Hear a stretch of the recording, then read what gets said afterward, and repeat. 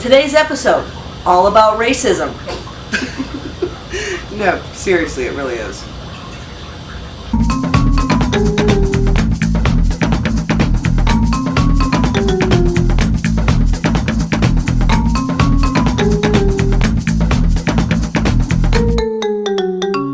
Hello. Hi. I hope everybody's doing well. We just want to discuss a little bit about some things we've noticed in a couple of our tanks.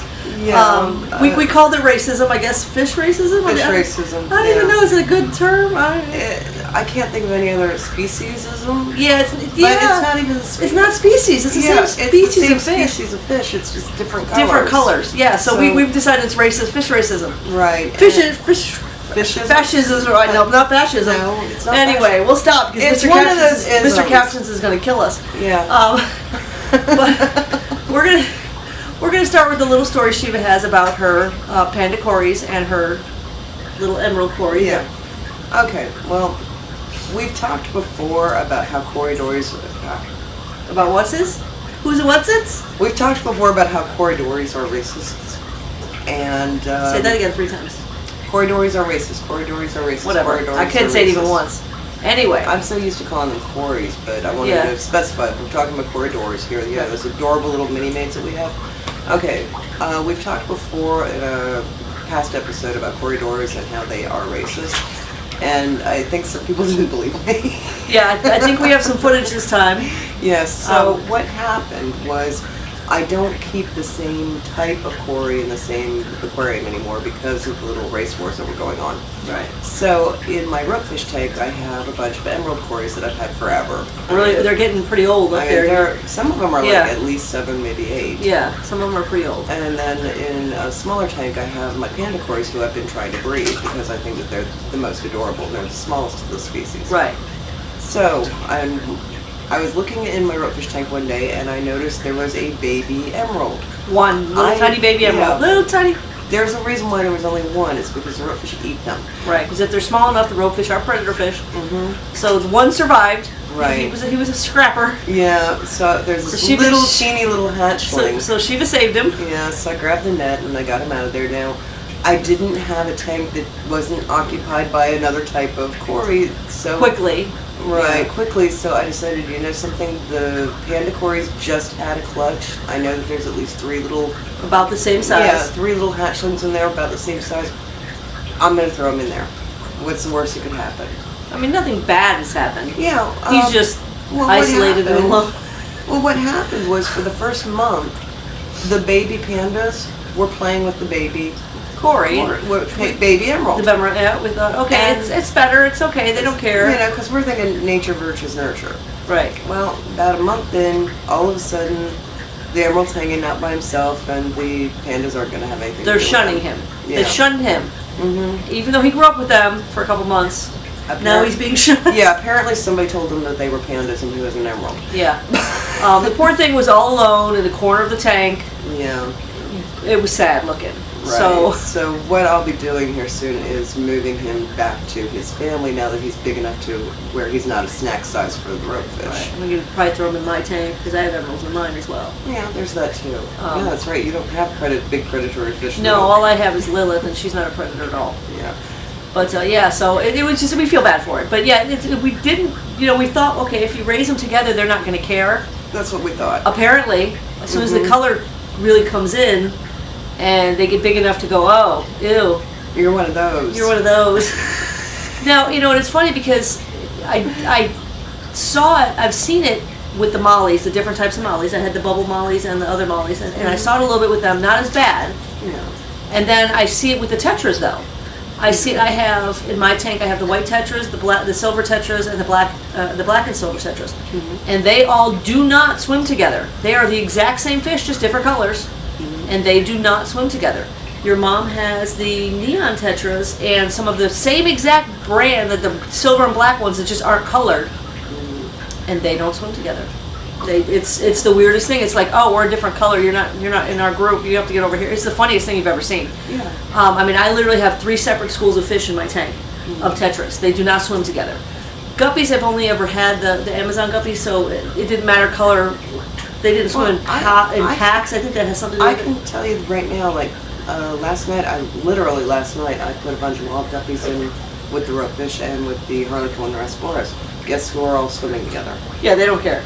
There are some fish that don't care. Yeah. And I think part of it is, I'm wondering if part of it is the quantity. Like I know fish tend to swim in schools, and as long as there's enough for a school, 3 to 4, they'll swim together because they feel safe. I'm just kind of guess. I'm just trying to guess. Cories, because we had the spotted cories and the emerald That's cories true. together, You had, and they were even numbers. Yeah, and it was and they like we hated had a each other. football team going on, Yeah. one on one side, one on the other. That's true. Yeah. Remember the lemon tetras we had on one side? And it is a thing. It is a thing. I mean, it's weird. It's a weird thing. I mean, I'm assuming it's something to do with nature and something to do with color schemes and, you know, staying together so that you mask predator is what I'm guessing.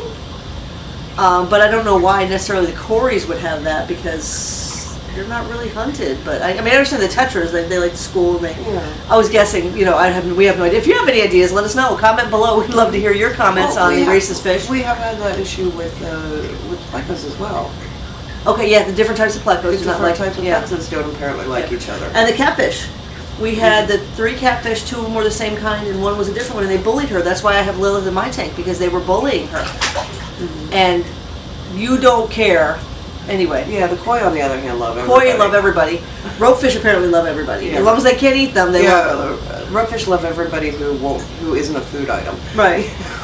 Ropefish don't care what kind of fish are in the tank as long as they're big enough that they are not edible. If they're edible, they're eating them. Yeah, or the fish is big enough to eat them. Yeah, well, we hopefully don't have that. We've had a whole episode on tank mates for ropefish, but ropefish are really like the hippies. Yeah, they really don't care. Get along with everybody. They play with everybody. And yeah, I mean, like I said, and so do the koi. The koi, for the most part, I mean, they play with we have video of them playing with the little loach, and they don't care as long as it's big enough that they can't, like sushi can't fit it in their mouth. Yeah, because that's what stupid fish would try. Yeah, but I mean, we've had young koi that we put, we keep the younger koi in the aquarium until they get big enough to compete with the older ones.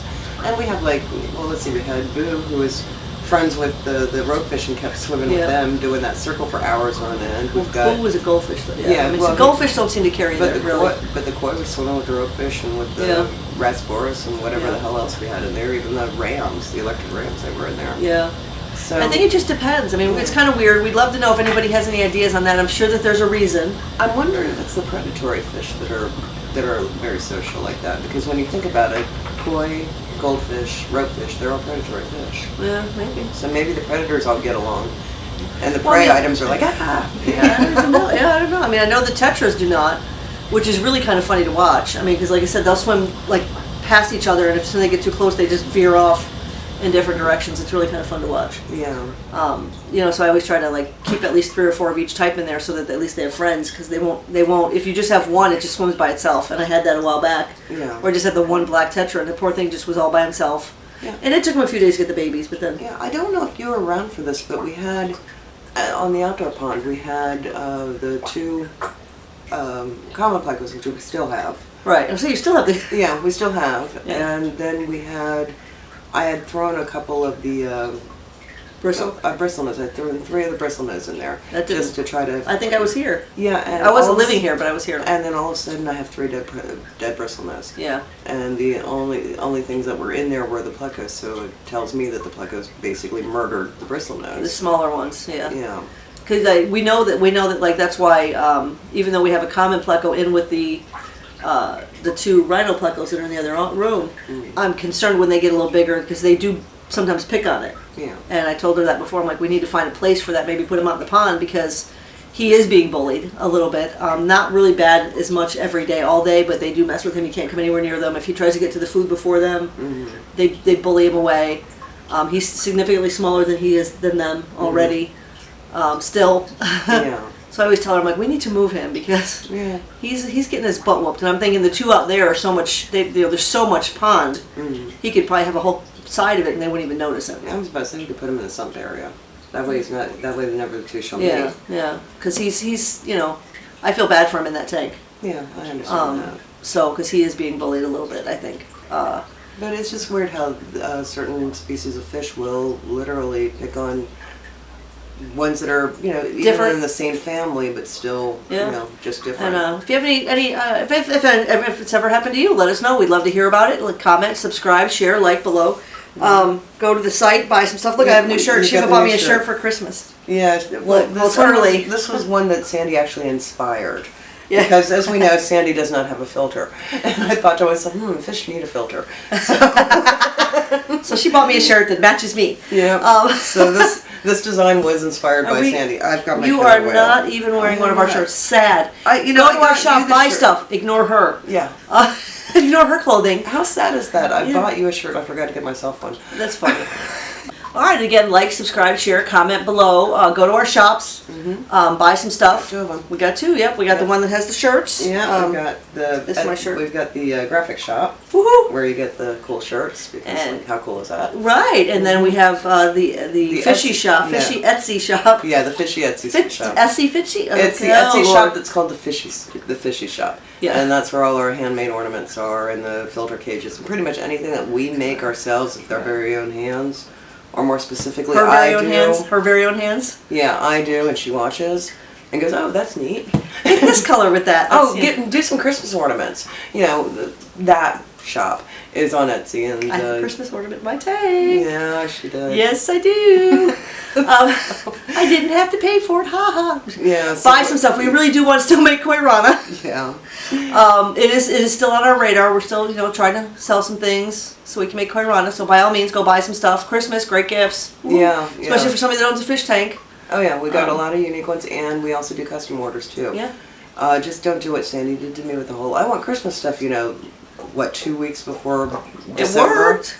We got a couple. And I'm like Not a whole running lot. around. So Maybe we do next year have- she'll have more. Yeah, but we do have a few Christmas ornaments for fish tanks in the shop right now. We've got a ton of Halloween stuff. Right. Because I had time to work on that. Right. But, her with her. She knew there was a holiday. It's not like the holiday changes dates. I don't know what her problem is. I just don't think about Christmas. Easter. Oh God. Valentine's Day. I'm warning you of the holidays coming up. I'm doomed. But anyway, like, subscribe, share, comment below. We'd love to hear about your racist fish. I'm going to think of a better word for that because it's really not nice. But It's not nice, but it's true. It's true. Yeah, it's true. Yeah. But have a nice evening. Bye. Bye.